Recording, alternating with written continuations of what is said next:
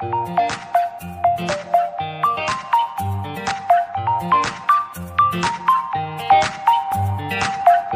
भाई मेट, स्वागत है आप सबका रिफ्लेक्स बायोलॉजी क्लासेस में।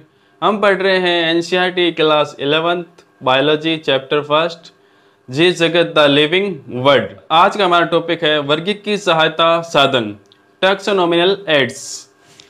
तो ये हम लोग पिछले जो टॉपिक थे उन्होंने हम लोगों ने देखा था कि जीवों का वर्गीकरण आवश्यक है अगर हम उनका अच्छे से स्टडी करना चाहते हैं, सिस्टमेटिक स्टडी करना चाहते हैं।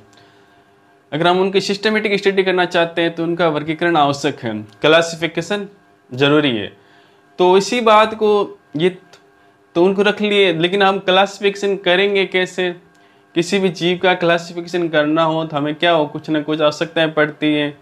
जैसे अभी आप लोग हो, अगर आपको नोट्स बनाने हैं तो नोट्स बनाने के लिए आपको क्या चाहिए? ऐसा है नहीं आपने सोचा नोट्स बन गई।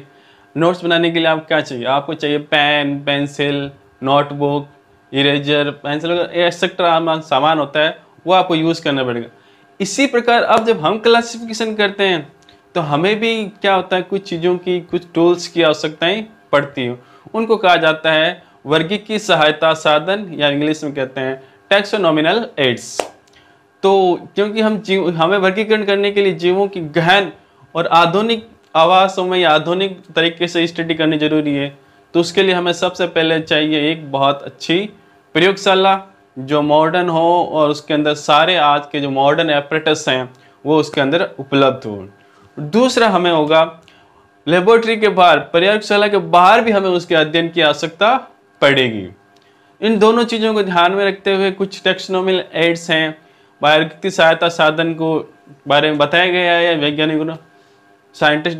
तो इसके आधार पर जो बायोलॉजिस्ट हैं उन्होंने कुछ मेथड्स और टेक्निक क्या विकसित किए, कुछ विधियां और तकनीक विकसित की है, इससे हमें वर्गीकरण करने में हेल्प मिलती है। तो आइए जानते हैं हम लोग कौन कौन से वो टैक्सोनॉमिकल या वर्गीकी सहायता साधन हैं जिनके बारे में हम लोग, जिनकी हेल्प लेकर हम लोग वर्गीकरण आसानी से कर सकते हैं। तो पहला हमारा टॉपिक रहेगा हर्बेरियम। हर्बेरियम में पौधों को कागज पर सुखाकर और उसके ऊपर दबाकर क्या कर लिया जाता है, संग्रहित कर लिया जाता है। बॉटनिकल जो म्यूजियम होते हैं, वनस्पति संग्रहालय होते हैं, उसके अंदर उनको कलेक्ट कर लिया जाता है। और उसके नीचे आप कॉर्नर में देखते हैं कि बॉटनिकल सीट के नीचे कॉर्नर में एक लेबल लगा होता है। उस लेबल पर तिथि, डेट, मतलब उसको कलेक्ट करने की डेट, जहाँ से कलेक्ट किया है, उसके स्थान का नाम, उसका इंग्लिश नेम, उसका रीजनल नेम, क्षेत्रीय नेम जो भी है, और उसका वैज्ञानिक नाम, प्लांट है तो मतलब बॉटनिकल नेम हो जाएगा, उसकी कुल फैमिली और कलेक्टर का नाम जो सगा लिखा जाता है। और ये तत्काल संदर्भ में काम आता है। तत्काल संदर्भ से मीन्स हो गया कि आप जब भी वर्गीकरण करना चाहते हो तो आपको तुरंत उपलब्ध होगा, मतलब हर्बेरियम में जाइए और वहाँ पर हर्बेरियम सीट वगैरह आप यूज करिए और आप क्लासिफिकेशन कर सकते हैं। आप एक स्क्रीन पर देख सकते हैं हर्बेरियम सीट का एग्जाम्पल। तो ये इस पर आप देखोगे एक प्लांट है जिसको सुखाया गया है और दबा के उसके ऊपर क्या सप्रेस कर दिया गया है। और नीचे कॉर्नर है, उसके अंदर ये जो भी बातें की, कलेक्टर, इसका वैज्ञानिक साइंटिफिक नेम और उसका कुल वगैरह, ये सब इसके नाम इंफॉर्मेशन लिखी जाती है। और अगला हमारा टॉपिक है वनस्पति उद्यान, बॉटनिकल गार्डन। तो गार्डन नाम सुनते ही आपके मस्तिष्क में आ गया होगा कि हम लोग प्लांट्स के बारे में बात करेंगे। आपके और मेरे आसपास हमें कहीं अक्सर गार्डन देखने को मिल जाते हैं।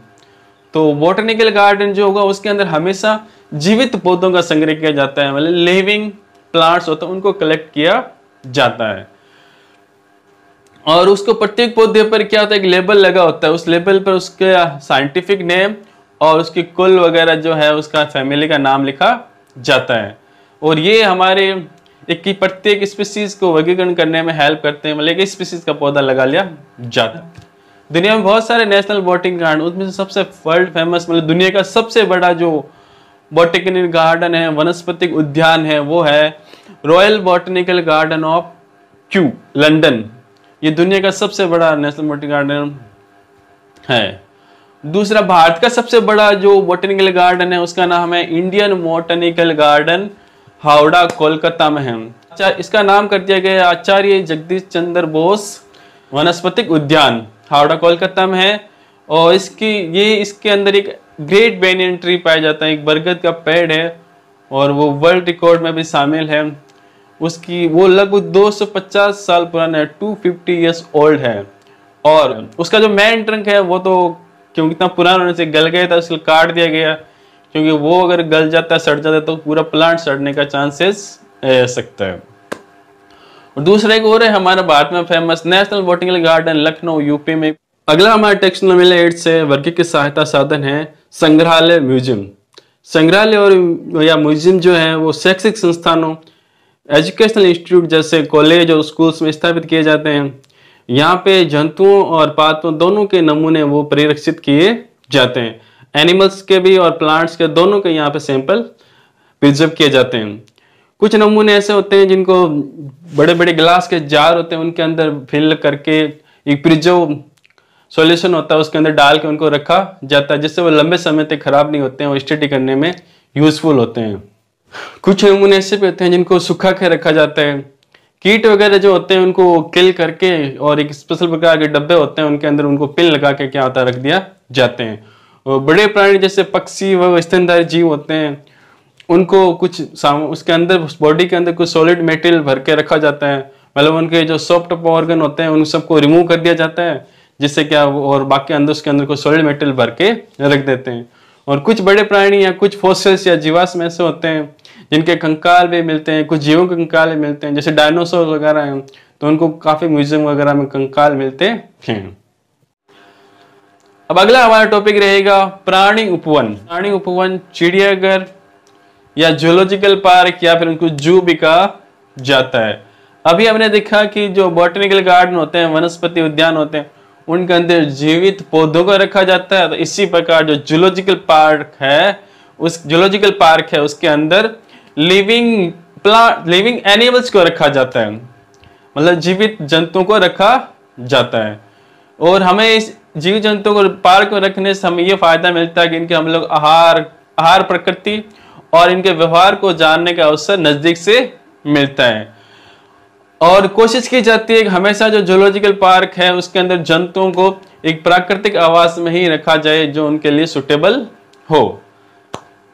और अक्सर लोग और बच्चे इनको दूर दूर से देखने के लिए जाते हैं। अब अगला हमारा वर्गीकृत सहायता साधन टेक्सोनल एड्स है कुंजी, चाबी या फिर की। ये एक तरह की रूल बुक की तरह है और इसमें ये प्लांट और एनिमल दोनों के लिए यूज की जाती है, पादप और जंतु दोनों के लिए यूज जाती है। इसका प्रयोग समानताओं और असमानताओं का आधारित होता है। इसके अंदर कुछ स्टेटमेंट होते हैं जिसके आधार पर कुछ कैरेक्टर दिए होते हैं और कैरेक्टर हमेशा विपर्यासी लक्षणों के साथ होते हैं, कॉन्ट्रास्टिंग कैरेक्टर होंगे और ये हमेशा जोड़ों में पाए जाते हैं, पेश में पाए जाते हैं और इनके आधार पर वर्गीकरण किया जाता है। कुंजी हमेशा दो विपरीत चुनाव के विकल्प को हमें शो करेगी हमेशा, जिसमें से एक कैरेक्टर को मतलब एक जो हमें ऑप्शन मिलेंगे, एक को हम मान्यता देंगे और एक को मान्यता नहीं दे पाएंगे। तो इसके आधार पर हम आगे बढ़ते जाते हैं और इसको पूरा पढ़ के क्या कर सकते हैं, वर्गीकरण किया जाता है। और अलग अलग टैक्सोन के लिए कुल, वंश, जाति वगैरह उन सब के लिए अलग अलग कुंजी पाई जाती है, कुंजी यूज करनी पड़ती है। आइए हम लोग एग्जाम्पल के द्वारा समझते हैं कि कुंजी किस प्रकार काम करती है। चलिए हम की या कुंजी को एक उदाहरण के द्वारा समझते हैं। जैसे हमारे पास एक कैरेक्टर है शुष्क त्वचा, तो उसके बाद हम कथनों को पढ़ते हैं और उसके लिए हमारे पास दो मान्यताएं होती हैं, हाँ या नहीं। तो हम हाँ पे आगे बढ़ते हैं, तो हाँ पे आगे बढ़ते हैं तो देखते हैं अगला कथन जो मिलेगा उसके अनुसार शरीर पर, त्वचा पर बाल या रोम है या नहीं है। इसके लिए भी दो मान्यताएं, हाँ या नहीं। तो हाँ पर आगे बढ़ते हैं। उसके बाद अगली जो कथन है वो है सम्मुख अंगूठे, अपोजेबल थंब। उसके बाद उसमें भी दो मान्यताएं होंगी, हाँ या ना। तो हाँ पर आगे बढ़ते हैं। हाँ में आगे देखेंगे अगला कथन है दीपाद उपस्थित है या नहीं है, तो उसके भी कथन देखते हैं। तो उस कथन के आधार पर आगे बढ़ते हैं, नहीं, हाँ। तो हाँ में देखते हैं आगे मनुष्य हमें उदाहरण मिलता है। इस प्रकार कुंजियाँ पाई जाती है और सभी टैक्सोन या वर्ग के लिए अलग अलग प्रकार की कुंजियाँ उपलब्ध होती है। अगला टॉपिक है नियम पुस्तिका, मैनुअल। ये किसी भी स्पीशीज के जो विस्तृत वर्णन करते हैं, विस्तृत वर्णन करने के लिए जो नियम वगैरह होते हैं वो सारे इस पुस्तिका में, नियम पुस्तिका या मैनुअल में लिखे हुए होते हैं। अगला है मोनोग्राफ। तो मोनोग्राफ एक स्पेशल प्रकार की बुक होती है। उस समय ये होता है किसी पर्टिकुलर टैक्सोन, एक विशिष्ट समर की क्या होती है, उसके अंदर पूर्ण जानकारी होती है, पूर्ण विस्तृत जानकारी होती है। अगला है सूची पत्र कैटलॉग। तो इसमें किसी विशिष्ट एरिया की जो स्पीसीज है उनके लिए क्या होती है, उसकी पूरी सूची पाई जाती है। और ये प्लांट के लिए कैटलॉग अलग अलग, एनिमल के लिए कैटलॉग अलग अलग हो सकते हैं। अगली है फ्लोरा। अगला टॉपिक है हमारा फ्लोरा। तो फ्लोरा के अंदर किसी विशेष क्षेत्र के जितने भी पौधे हैं और उनके आवास के बारे में वर्णन किया जाता है। इसी प्रकार फौना में किसी विशिष्ट क्षेत्र के जंतुओं और उनके आवासों के बारे में वर्णन किया जाता है। तो थैंक यू फॉर वॉचिंग। बने रहिए बॉडी स्पिट और mind scientific. God bless you.